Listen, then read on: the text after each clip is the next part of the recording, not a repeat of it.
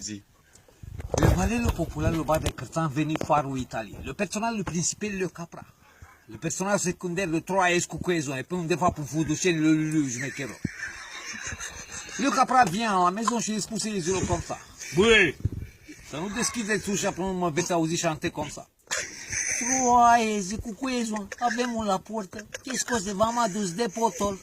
La care Ezi au răspuns în cor, très bien, mama. După care le capra, ça va. Le jmecherul je viens à la maison și chante comme ça. Troaie, zic cu cuezo, avem un la portă. La care Ezi deștepți au spus, nu-i mama, e lui jmecherul. Lui jmecherul, je très nervos, lui jmecherul, je dete fugă la fiera și a scuțit la limba, e retourné la maison și chante comme ça. Troaie, zic cu cuezo, avem un la portă, ce scoze, v-am adus de potol. Este mama de potol. La care Ezi proști au deschis. Le premier s-a scos dans le dulap, le deuxième dans son pat et le troisième est petit Simono dans la sobă. Le jmecherul je intra la maison și je mangeais. Le premier dans le dulap, le deuxième dans son pat et le troisième nu l-a găsit. De capă. Le capra vient à la maison, le petit Simonet est înainte și spuse comme ça. Mama, le jmecherul je mange mon frère. Mais non, mais oui, m'a comme ça, zice, gheogâlț.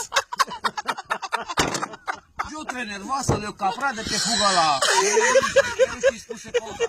Că s-ar malzione. Le jmecherul. Je duminică, veiem o duminică tradițională sau malțiune cu jur de bonzavi.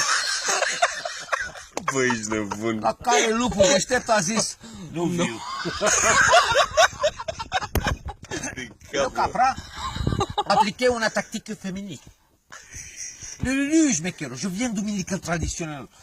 Sans maliciune pour aujourd'hui de Moldavie. La care lupul prost a zis, je viu. Deci ăsta e cea mai tare. Acum lui jmecherul și-a pregătit la costum și frac kilos de lac. Le capra, masă întinsă, potol din gros, grop adânc, foc puternic tros, un foc lupul mort. Morala. Într-o noapte luminoasă, frumos calcă o domnișoară trenul. Băi, Într-o seară luminoasă, frumos calcă o domnișoară, trenul.